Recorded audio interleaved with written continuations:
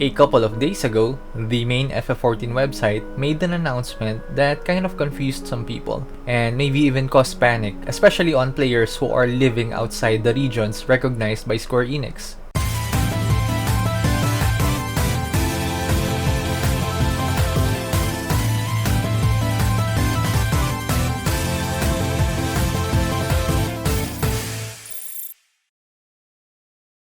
That includes me and basically all players living in the Philippines. Here's the post titled, "Please confirm your Square Enix account registration information." This is a short announcement, so I'll just read everything. Recently, there have been cases of incorrect Square Enix account registration information, as well as incomplete registration information and falsified registration, such as registering under a false name or address. And there's so much registration words there. What a tongue twister.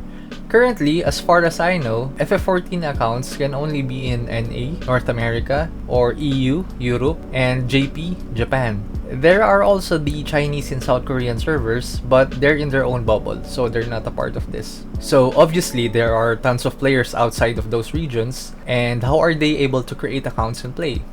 By falsifying their address. So a lot of people are definitely bothered by this news. Falsifying your name, address, email address, or any other account registration information is a violation of Square Enix account terms of use, so please review your registration information. With just that single paragraph, Square Enix basically just said that everyone who has their address wrong on their account are violating their terms of service, meaning their account is subject to penalties, with the worst being account termination. So anyone would be startled with that. Here's some comments in a post by a certain Mimi Cho regarding the issue. The post says, I guess this is goodbye. Let's look at the comments. How are we exactly supposed to do this? This notice is incredibly vague. What? You're gonna ban us? That's not from the JPUS UK now? Southeast Asia is screwed then?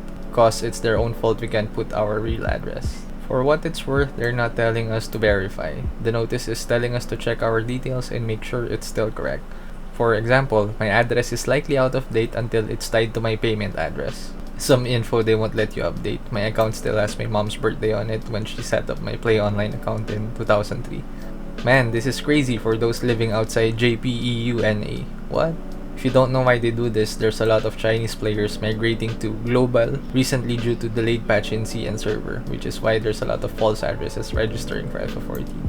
I don't think they're gonna ban all of it. Most of SEA region outside from Singapore are using fake address because it's technically not supported in our country, but they still want our money, so I firmly believe this is just a formality. Besides, lots of people use VPN to reduce latency, and it already breaks any region blocks, so it would be a waste of time to implement such thing. Just a formality, guys, don't freak over it. Yeah, same thoughts. It's not making you do anything, they're just saying, hey, check your address and make sure it's right, and also don't do this.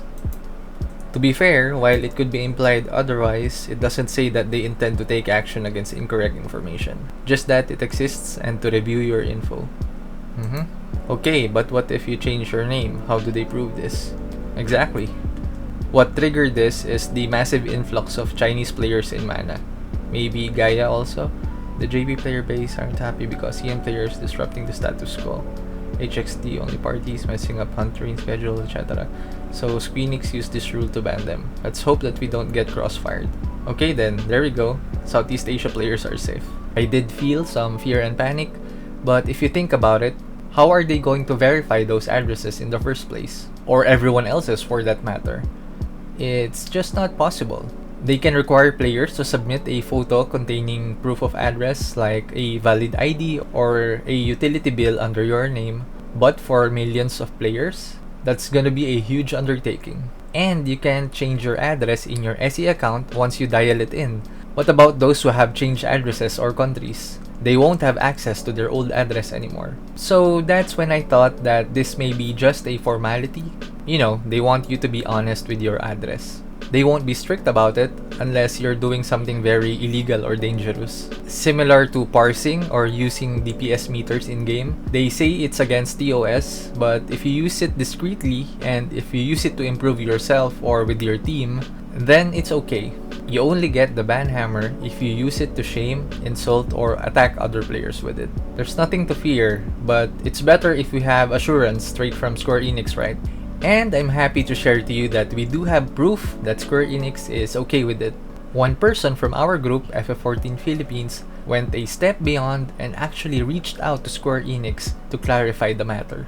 Here is the reply of Square Enix. The Philippines is not listed in the North American region, so it's a better option for Filipinos to create an account in the Japanese region. Here's the kicker. You may proceed with an account creation in the NA region, simply select the US as the country and the state, then include as much info as you can from your actual address. So there you have it.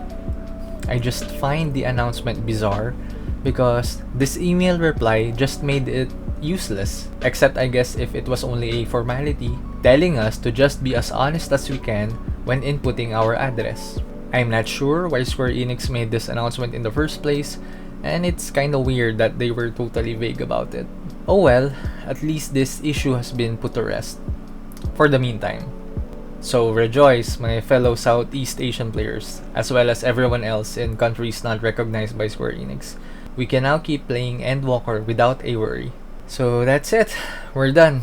But oh, before I go, let's thank the hero who went out of his way to contact Square Enix. His name is Casey Lawrence Coro. Thanks bro for sharing this in our group. And if you guys appreciate what he did like me, give his Twitch channel a visit.